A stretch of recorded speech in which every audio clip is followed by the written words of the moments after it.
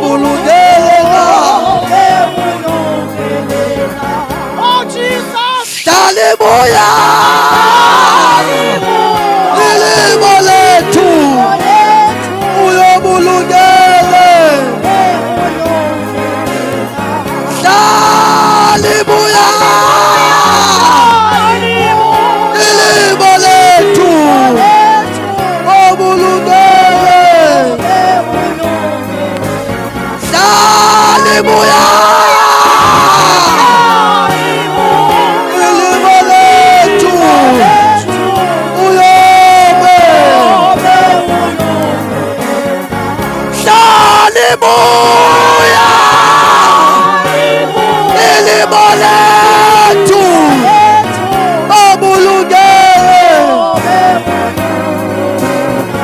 Baba wethu onamandla onke, siyabonga kakhulu Jesu. Thixo wethu onamandla onke, ayethe libo labakholwayo, ayethe libo labasindiswayo, ayethe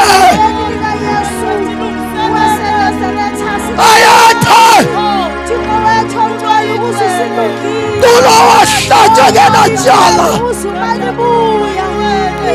Bayatha kulumuyayo. Bayatha. Bayatha. Bayatha. Bayatha. Bayatha. Fanalwa lutumo. Fanalwa lutumo. Fanalwa lutumo. Inhlonipho kufanele. Izimoko sekufanele. Bayatha. Bayatha. Siyabingelela kuwe. Siyakhohlela kuwe. Kumana lingana nawe, kumana njanawe. Bayatha, bayatha, bayatha, bayatha, bayatha. Thank you, Jesus.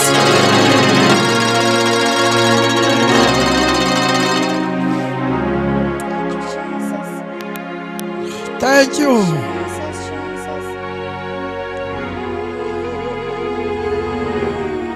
Thank you, Jesus.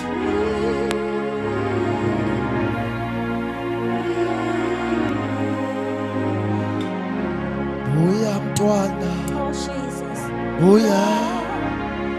Ubuyele ekhaya. Mwana buya. Ubuyele ekhaya.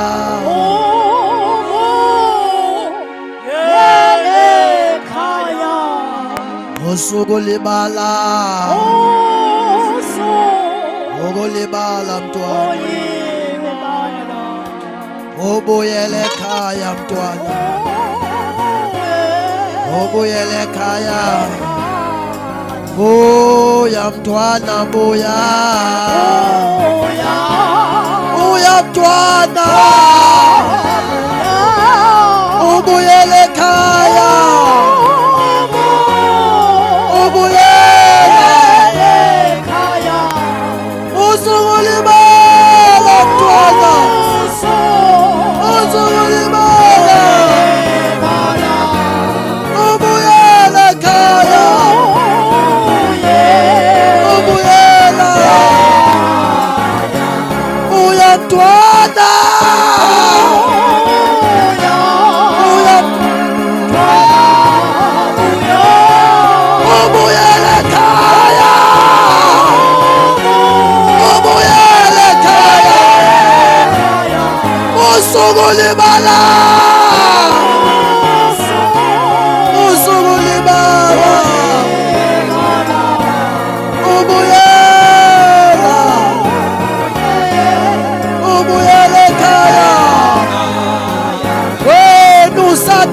Mtwana Usathandwa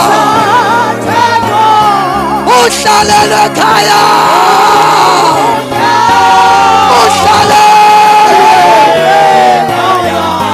sabakubhekile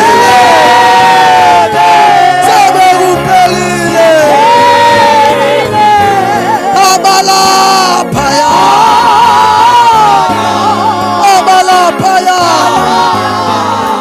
sabakubhekile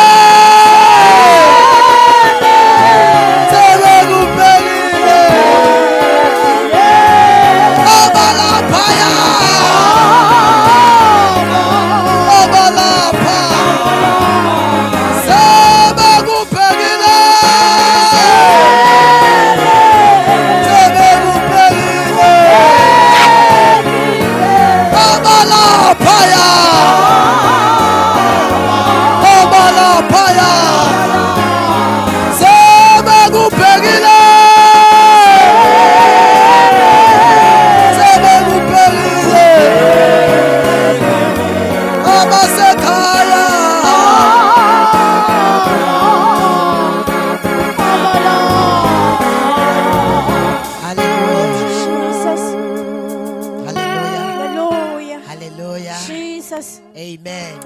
Alibonga igama lenkosi. Hallelujah. Hallelujah. Amen.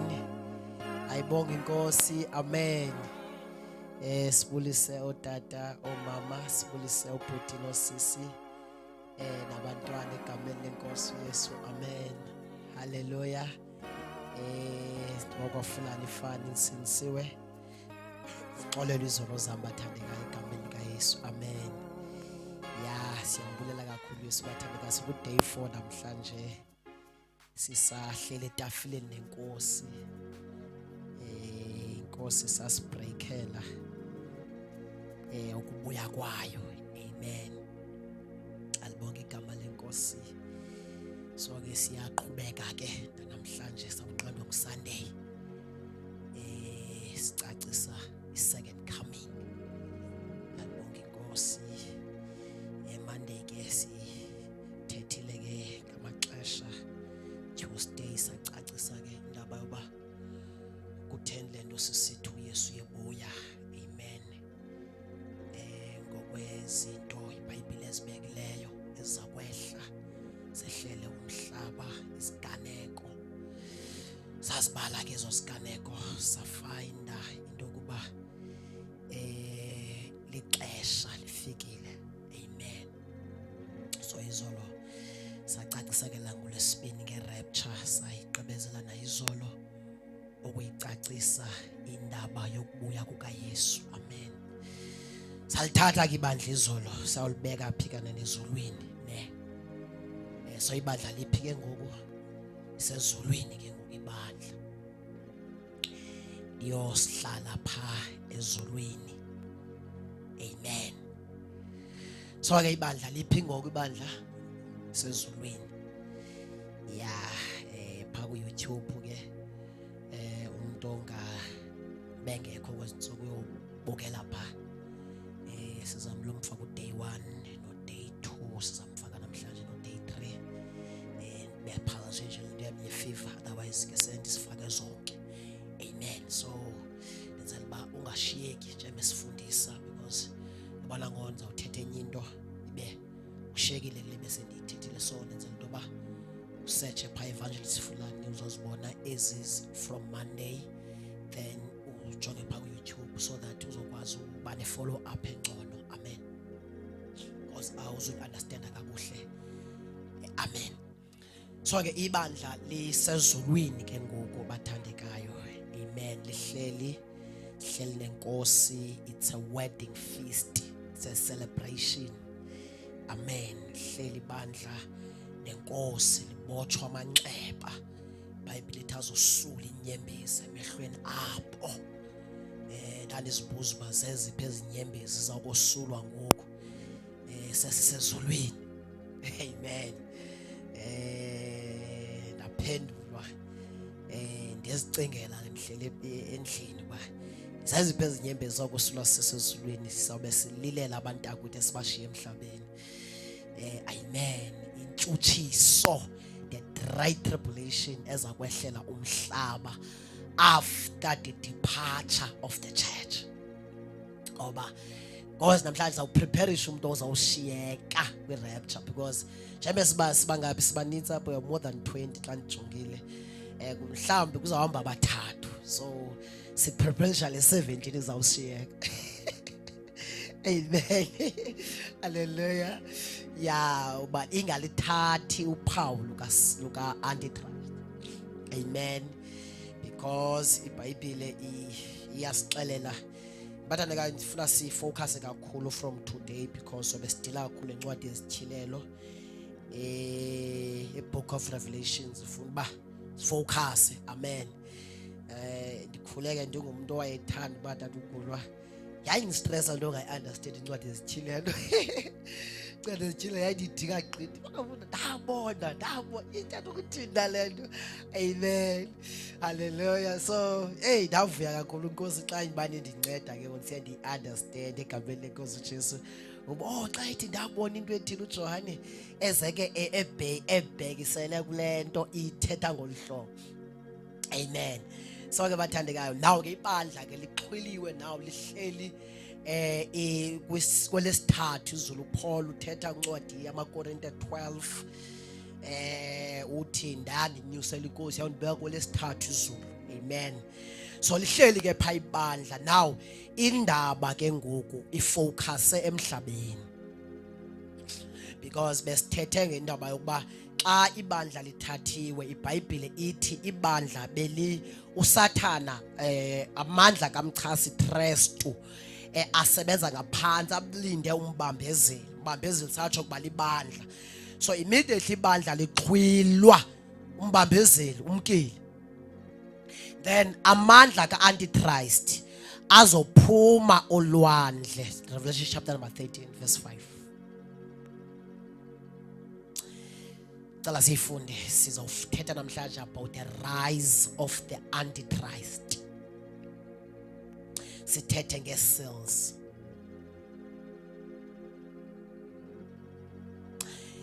Yeah.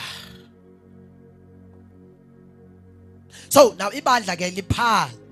Now ke sithetha into yoba immediately lixhwilwa kuzokwenzeka ntoni phezu komhlaba. So if ushiyekile kwi-rapture uza kwehlela intoni? Mind you, xa ibandla lixhuliwe, Assemblies of God izobe sekhona nezakhiwo zawo. Even back to God lesikhonza kuyo izobe sekhona esakhiwo, asizixhule esakhiwo. Niyandiva? So uzayiqonda into yoba abazalwane bazobe sekhona abasindisiweyo futhi, but i-rapture kayifika izawuthatha only ibandla elingenamibimbi nabala. So abazalwane bazawushiyeka, iicawe zobe zisekhona. But what will happen on the day of rapture? Bentezolo, on that day izawuduma SABC1 iTV uba khona amakholwa adukileyo 10,000 eSouth Africa, ireport iChina ithi 50,000, ireport iAmerica, onke amazwe kureport incident eyi-1. And then after rapture, there is no mercy. After rapture, there is no trace. iBhayibhile lithi abayawusinda bawuzisindisa ngelelabo igazi.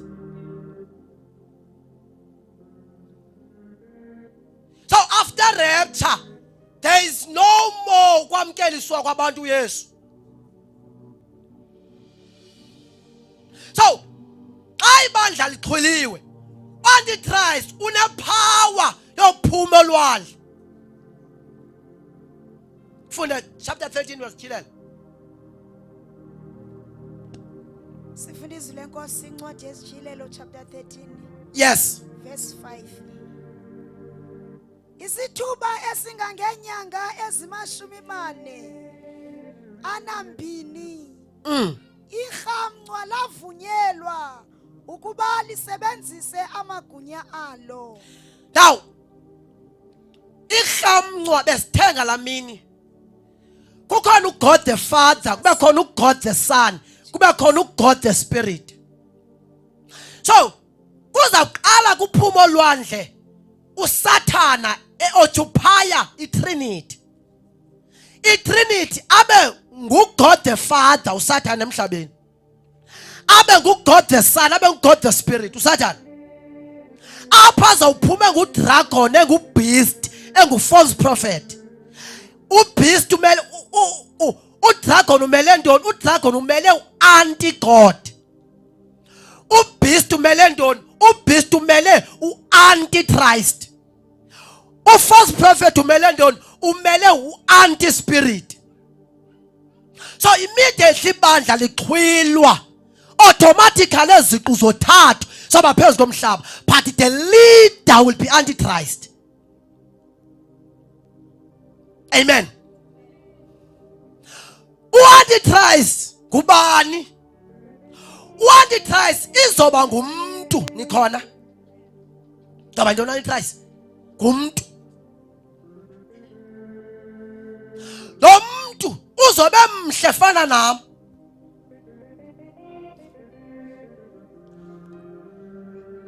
Nyandiva njini? Uzawuphuma lwandle qha. Mhlawumbe le Bible sithi uzobe ibeast enempondo ezilishumi. Xa ephuma pha elwandle uzophuma emhle afaka isuti. 2. Uantichrist xa ephuma lwandle. Ey, selifuna utshila amatyweni. Uzawuphuma uantichrist. Azonyathela umhlaba enepower ku-government. Political power. Nikhona? 2. Abe ne-influence kwi-religion power. Apho umhlaba uzawudrivwa kuthiwa this the new world order. Where kuzawuthiwa one God, one religion, one president. Athi Paul kwincwadi yamaThessalonika 5 zeniyazi uba xa bethi safety, security, peace, iyawuqala i-distraction. Why? Because the first thing uantichrist azoyenza, abantu bazobe bekwi-depression yoba ndishiywe ngutata omncinci wam udukile andimazi buyephi. Abanye abangabazalwane bazobe kwi-depression, i-saints, believers, abazalwane abakhonzayo bazobe kwi-depression yoba ndicela inceku, sobe sekwi-depression yoba asiqhulwanga. So bazobe depressed. Afika uantichrist athi peace, security. Why abantu bazobe rhola ama 10,000 ungayanga emsebenzini? Ninivahle ndithi apho uantichrist azoba ne-political power to deceive the world. Apho kuzawuthiwa yintoni allowance yobungaphangelanga, yintoni allowance yobungaphangelanga. Lapho abantu bazorhola ama 10,000 ungayanga emsebenzini. Kuthiwa i-allowance aba 350 bawunyuka ngaloo mihla abe 10,000. Uhleli uleli nje ebhedini yakho. To distress believers. Ba makuphela stress. Okay.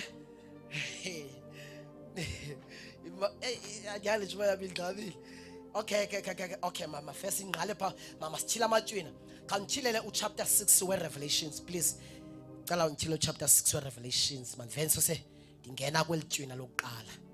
Because eli tywina lokuqala andisozithetha ngo-antichrist nje. Niyandiva abathandekayo, chapter 6 verse number 2, verse number 1. Okay, masiqala verse chapter 5. Masiqala chapter 5. Revelation chapter 5 verse 1. Okay. So after the rapture, rise of Antichrist. After the rapture, funda ke mama. Ke kaloku yabona kukho ohleli esihlalweni sokulawula. Yes. Esandleni sakhe sokunene. Yes. Ephethe incwadi. Ephethe incwadi. Akekho umuntu onoliphi iphepha apha. ephethe incwadi. Yes, qhubeka mama. Yona ke yayibhalwe macala. Le ncwadi yayibhalwe macala. Futhi incwadi enamacandelo asixhenxe. So le ncwadi sizayithilelwa ngoku kuthiwa zii-seals. Sikhona le ncwadi inje ngolhlobo. Funda ke mama. So after rapture uthi lo mbhali ndibona le ncwadi ezulwini. Funda ke mama. Icandelo ngalinye lalinophawu. Linophawu. Olugunyazisa ukuba Immediately after rapture. Olugunyazisa ukuba yovulwa ngonelungelo kwabuzwana ezulwini ngubani onelungelo lokuvula le ncwadi. Kuthiwa inamaqhosha le ncwadi ayi-7 seals. Guys, Jesus. kwabuzwana ezulwini ngubani umuntu onosivulela le ncwadi. Sidala kule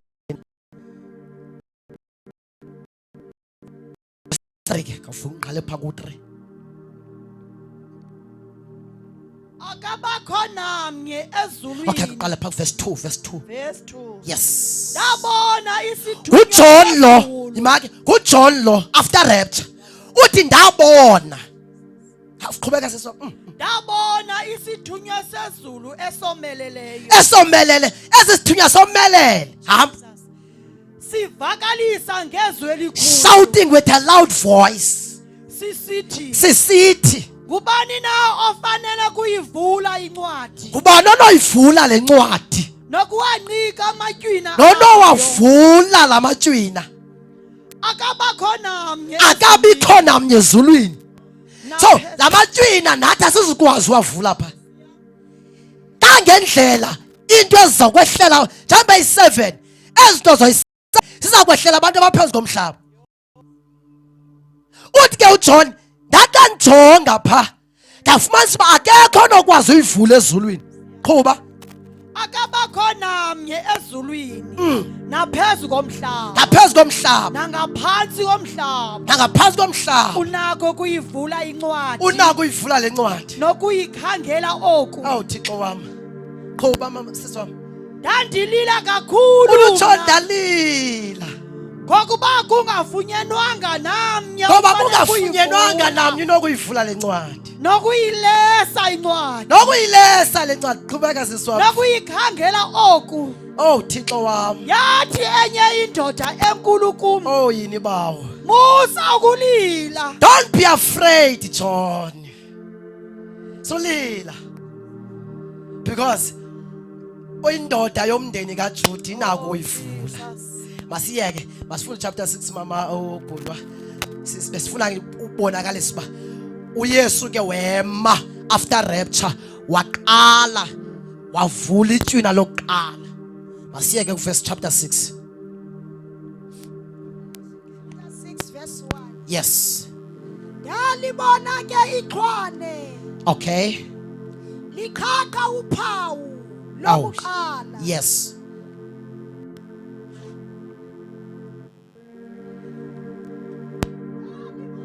Iqhwane. Yes. Likhakha uphawu Liqhaqha uphawu lokuqala. Lwalo macandelo asixhenxe. Yes, lalo matywina asixhenxe.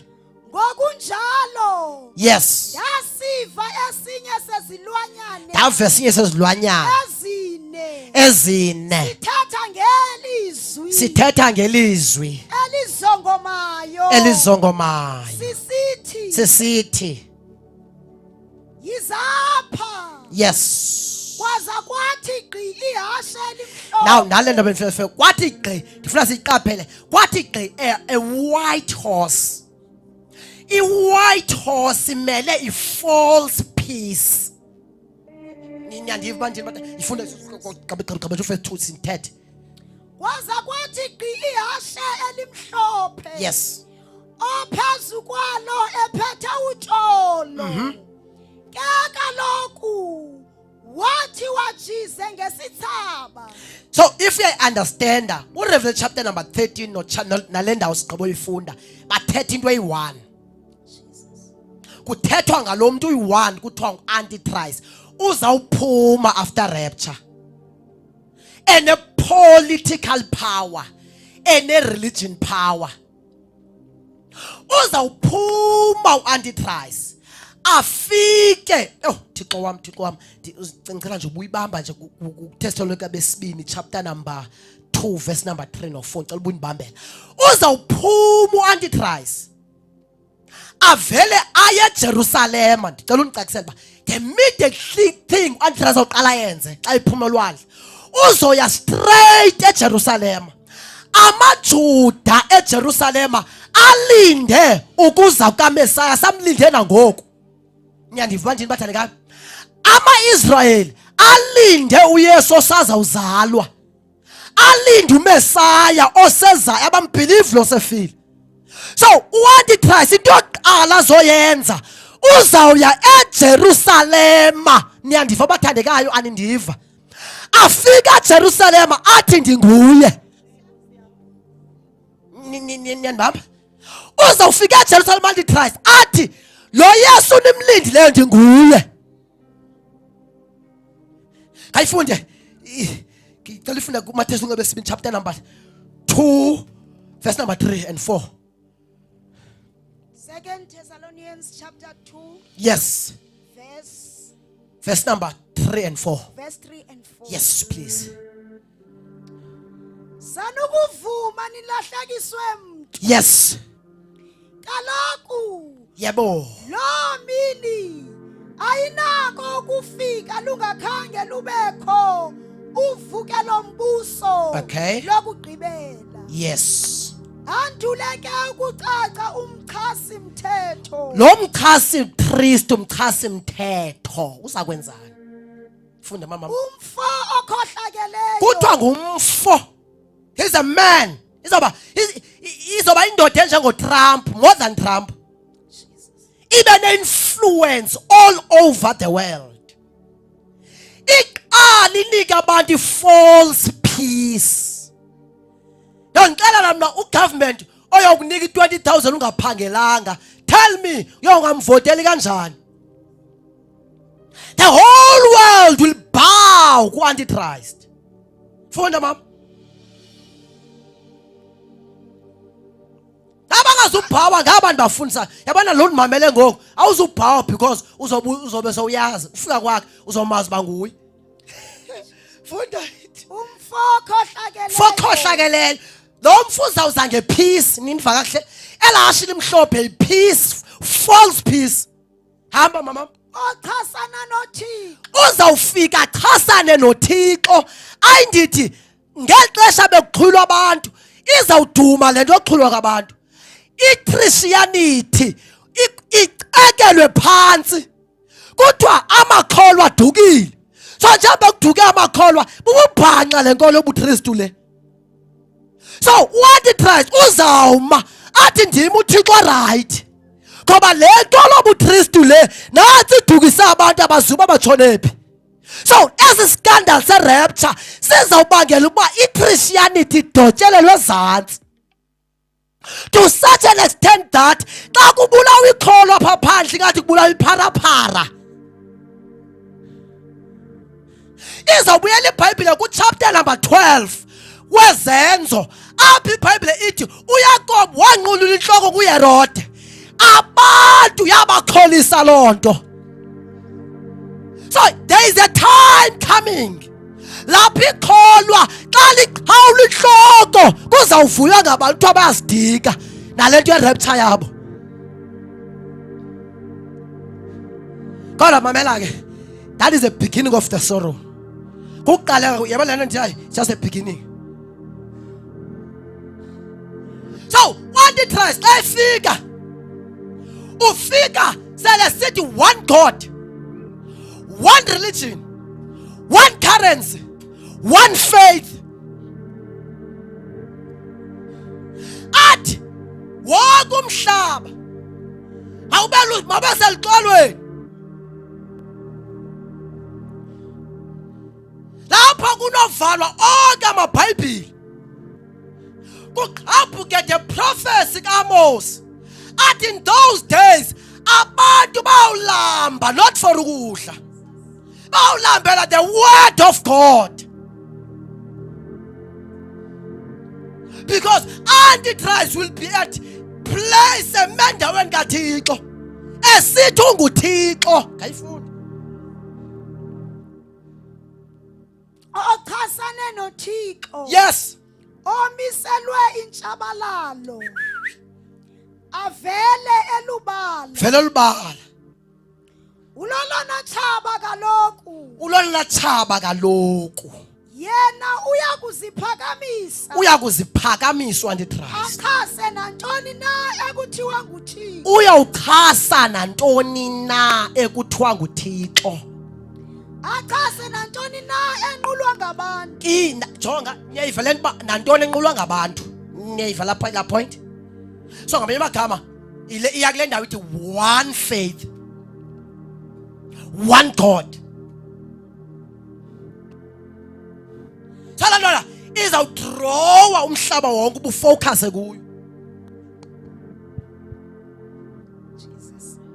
One God, one faith. So the whole world will come to bow to Antichrist. So far iBhayibhile. Those days, xa ubona iphepha leBhayibhile liphaphatheka, uzohlala uleqe uyolifunda. Ngiyandiva bantu. Iphepha leBhayibhile liphaphatheka nomoya, ibe ngase ungaleqa iphepha leBhayibhile uleqe, ujahle iphepha leBhayibhile. Lapho the hunger of the word. Uzawuphuma lapha eKapa uvile ngondive ubukhona umshumayelo slek KZN uphume lapho ubamba imoto eyale KZN xa ulapho udlule ebhayi udibane nebhasi esuka KZN ethi abase KZN bathi sive ukhona eMosibhile ushumayelayo.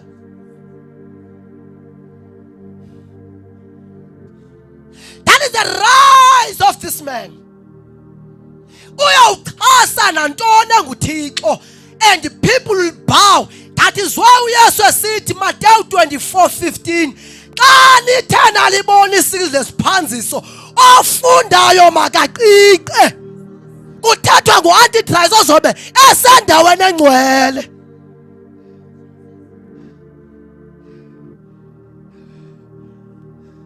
Ngiyayibala vesithi uyabona uYesu uthi Mose ba xa nithe nalibona isikizi lesiphanziso endaweni engcwele.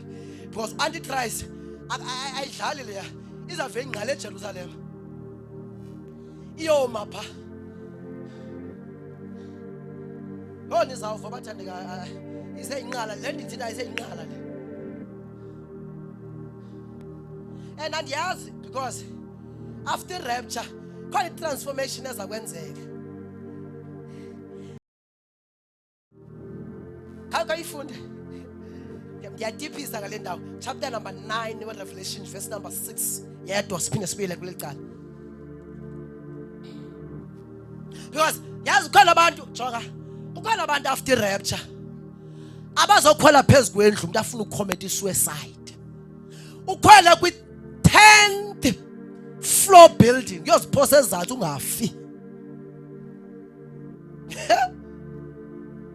Udle iphilisi yetanki ungafi.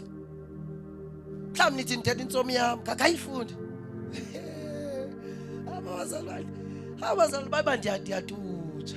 Ngalomihla abantu bayakufuna ukufa. Bangakufumani. Ithi la Bible. Ngalomihla abantu bayakukufuna ukufa. Abantu ngaloo mihla bazawufuna ntoni? Ukufa. Ukhona ofuna ukufa ngo? Kala ngaloo mini bazofuna ntoni abantu? Ukufa. So bazoba ne-effort abazenzayo befuna ukufa. Sikhona i-effort. Ukufa kwenze njani? Mfuni? Bangakufumani. Bangakufumani. Oh bawo. Lapho unaqhawula inhloko ungafi. nidlala ngami nina. Akadihleka bazala baba kuyave kudlala. Haleluya. Udlala icawe. Hey, uyabuya uYesu. Amen. Disho ngizozela ngalali. Amen. So, masiyeke beni ngomso sizawungena apho kakhulu ba why abantu bengazofa sayicacisa. Ufuna sibuyele apha ematuneni sithethe ngwanti-Christ yedwa. So, lo mfo sisazawuthetha kakhulu ngaye. Lo mfo ke into azoyenza. He will influence the world.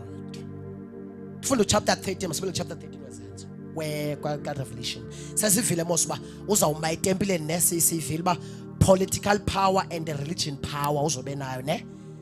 So masibele chapter 13 where Revelations. Sibuyele ku verse number Ifuna ke si acknowledge 15 verse number 15.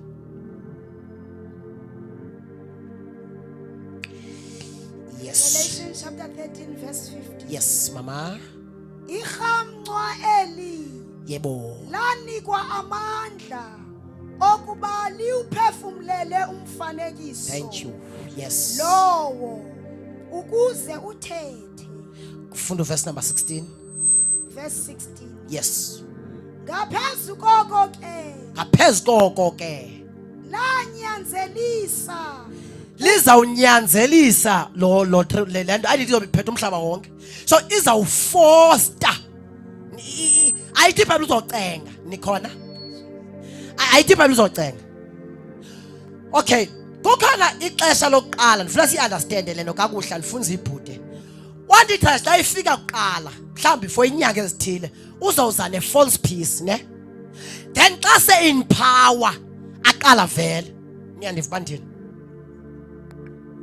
So apho azobe nyanzelisa kulesi stage oba uvelile.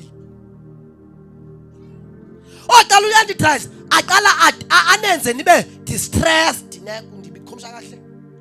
Ndikhumsha kahle ne. Imigowa yoba ndisele kwi rapture.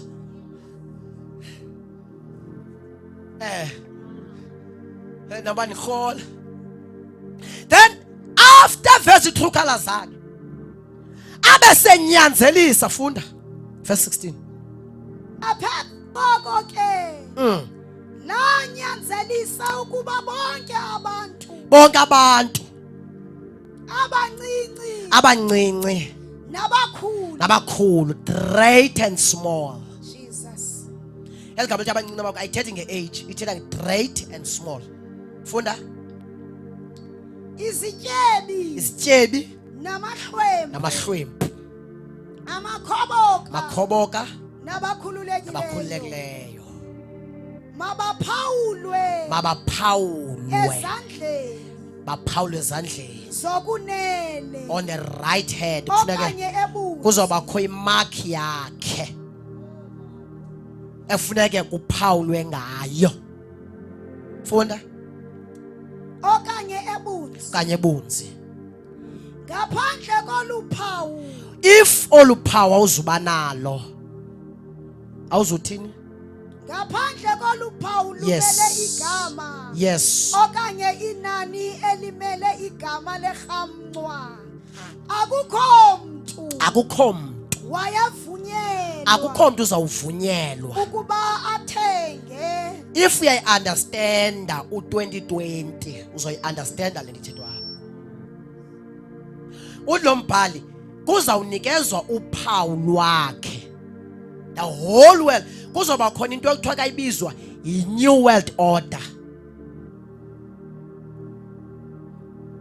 I don't know ke bantu abaninzi they will say uba senje uba izoba i-advanced technology. Nikhona?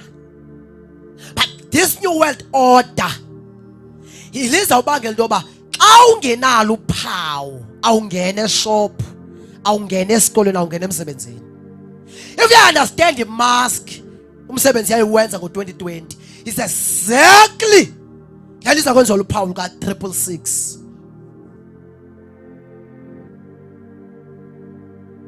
Ifunda le number, verse number 18.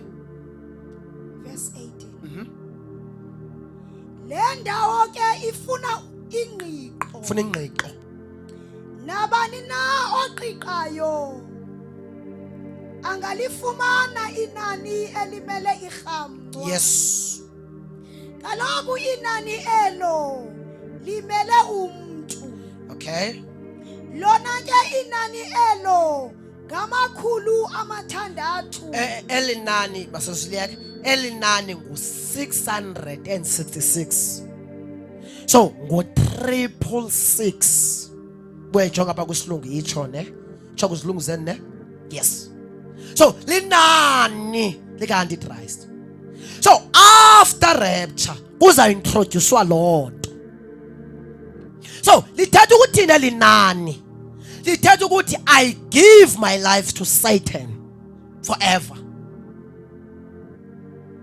So njengoba sisamkelisa abantu uYesu ngoku.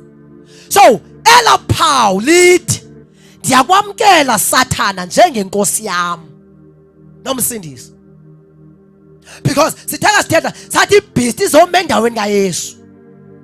So the mark of the beast lizobe lime kwindawo yoba abantu xa belamkela bamkela uJesu wala xesha. Because Antichrist will say I am Jesus. That's iBhayibhile ke ngo uMatthew sithi uJesu pha lumkani banitsi abayothi bangoYesu. They will come in those days. Bible is preparing nathi nabanye bazawusala.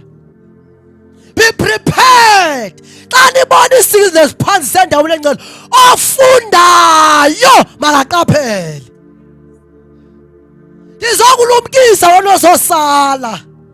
Qaphela. Umntu uzabe phakanyisiwe ungamkhonzi.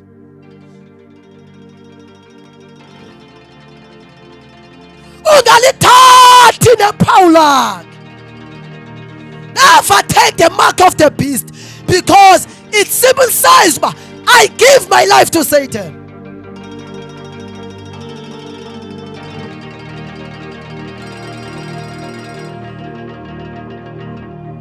Amen. Sayeka apha namhlanje because of time. Funa siyibambe. That is the rise of Antichrist. So u-Antichrist ke uzawuqhuba olu hlobo loba niyawugxothwa emisebenzini without this mark. Nizawugxothwa ezikolweni without this mark. Abantu abanale mark bayawurholiswa ungaphangelwe. Abantwana base next door bawudlala ngeRussian abakho bengatyi. Niyandiva?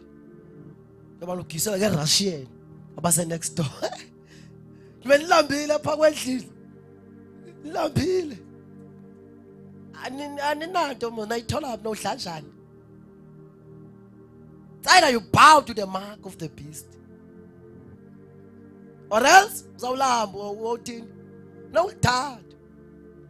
Then your eternity just walk with a lake of fire. Now, mind you, when we talk about eternity, that's taking 1,000 years.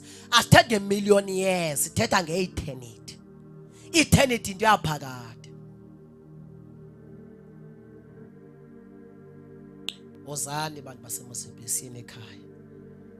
Siyobuka amanxibe esandleni. Heaven is waiting for us. These things bathandekayo asizishumayela ukuze abantu boyike. Francis understand and alone. But we preach these things ngoba zibhaliwe ukuthi sizishumayele so that people will know.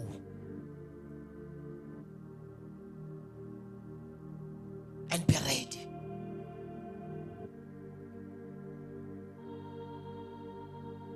Sibiziwe emsithweni. Nomsitho.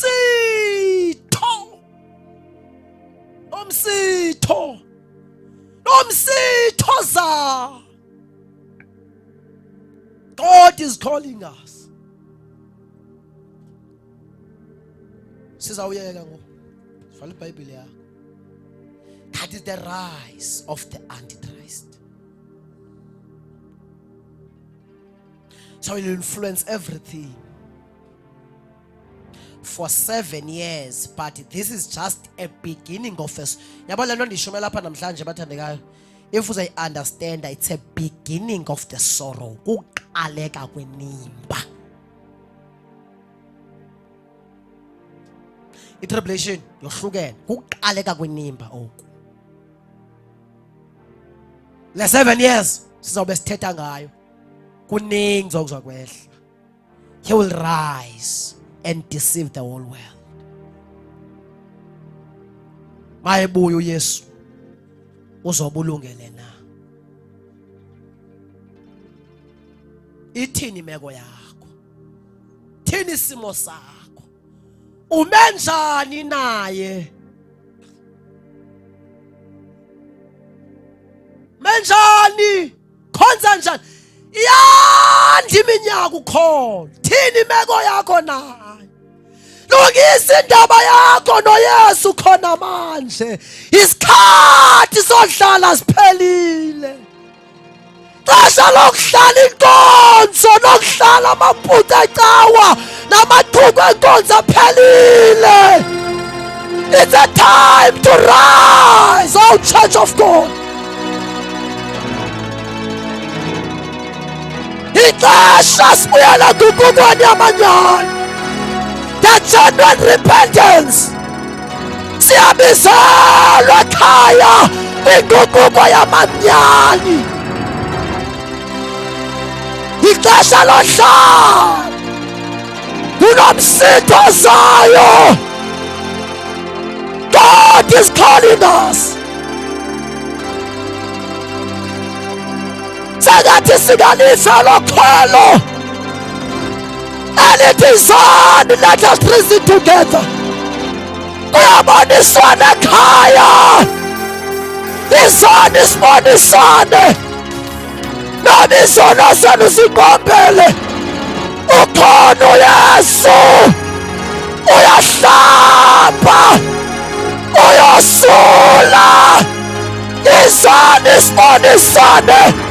Kuyaboniswana.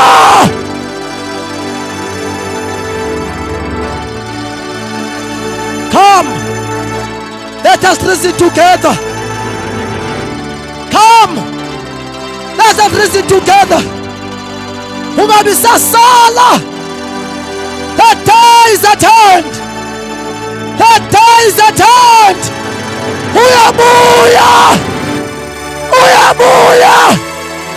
Come, let us reason together. Uyabuya. Simeke nyawo zethu sithandaze. Simeke nyawo sithandaze. Oh ingcwele. Oh ingcwele. Hallelujah. Hallelujah. Siyabulala kakhulu Jesu.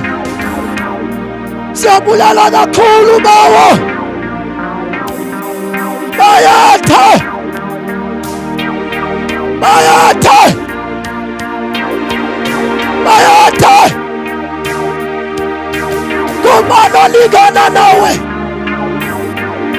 Bawona amandla onke. Bayatha. Bayatha. Hallelujah. Bayatha. Bayatha. Siyabonga Jesu. Siyabonga Yesu.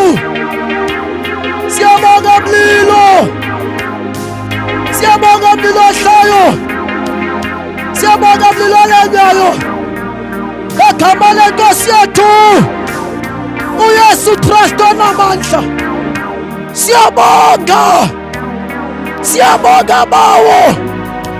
Siyabonga Jesu. Siyabonga Thixo wethu. Siyabonga liwala phakade. Siyabonga mthombo wensindiso yethu.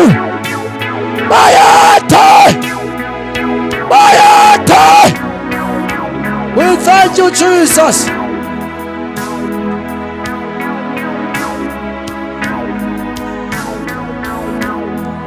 Thank you, Jesus.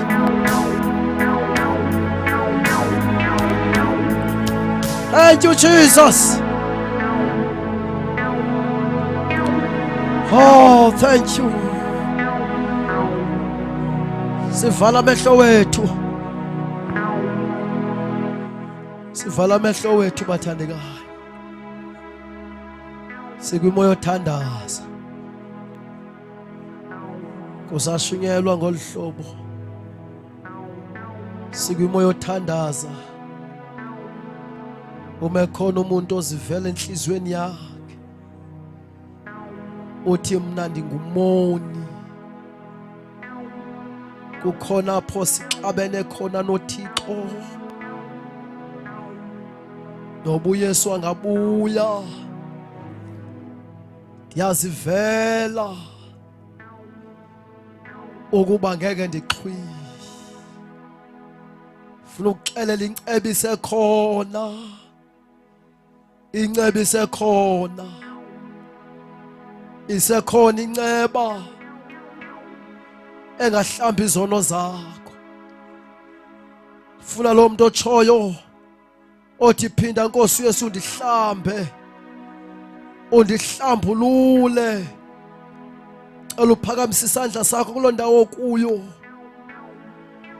Ngegama leNkosi uYesu. Cela uphakamise isandla sakho. Nkosi kusikelele mfana. Nkosi kusikelele bhuti. Nawesibini esikathandaza naye. Ngumuntu onesono esingazange sahlanjululwa. Unconfessed sin. Naye uzawusala mayibuya uYesu. Kahlali nalonto kazange wayivume ebomini bakho. Mana ekhona lo muntu olula isandla sakhe. Othi I have an unconfessed sin. Phakamisa ingalo yakhe kakhulu. Sondele ngaphambili lenixhome izandla sithandaze.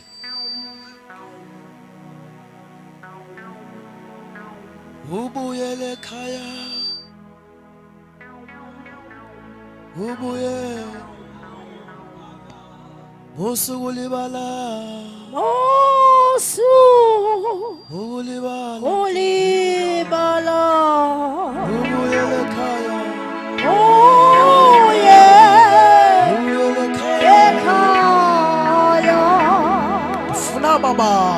Abathi I have an unconfessed sin.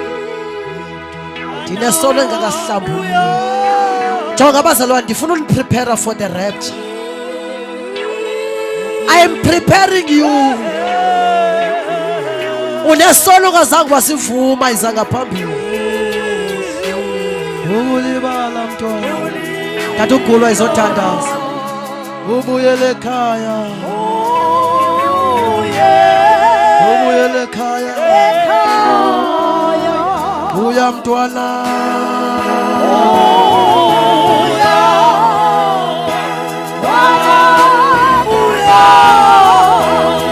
Ubuyele ekhaya. Ubuyele ekhaya. Usuku libala. Usuku libala mntwana. Ubuyele ekhaya mntwana. Ubuyele ekhaya. Ulisandla sakho mfowethu nawe mama wami. Thethela amazwi uthi Nkosi Yesu ndiyabulela ukuba ndingekafi. Phinde uyincede impilo yami. Ndiyakwamkela Yesu. Ngene enhlizweni yami. Ngene ebomini bami. Xolela izono. Xolela amatyala wami. Ngegama leNkosi Yesu. Ndiyakwamkela Yesu. Thatha ulawule ebomini bami. Ngegama leNkosi Yesu. Ngegama likaJesu waseNazaretha. Thank you, Jesus. Siyabonga Nkosi engcwele, siyabonga Thixo wethu namandla. Naba bantu bakho uNkulunkulu uma beguquka besiva ukuthetha kwakho uNkulunkulu wethu, bahlatywe ilizwi lakho Thixo wethu. Nangulo sisi wazi inhliziyo yakhe uNkulunkulu wethu, ongayideliyo inhliziyo etyumkile. Mazi wenhliziyo zethu, phayana kuwe akukho nanye into efihlakeleyo singazifihla ebantwini, kodwa kuwe size siyabulela ilizwi lakho elinjengemvula enayo inyanga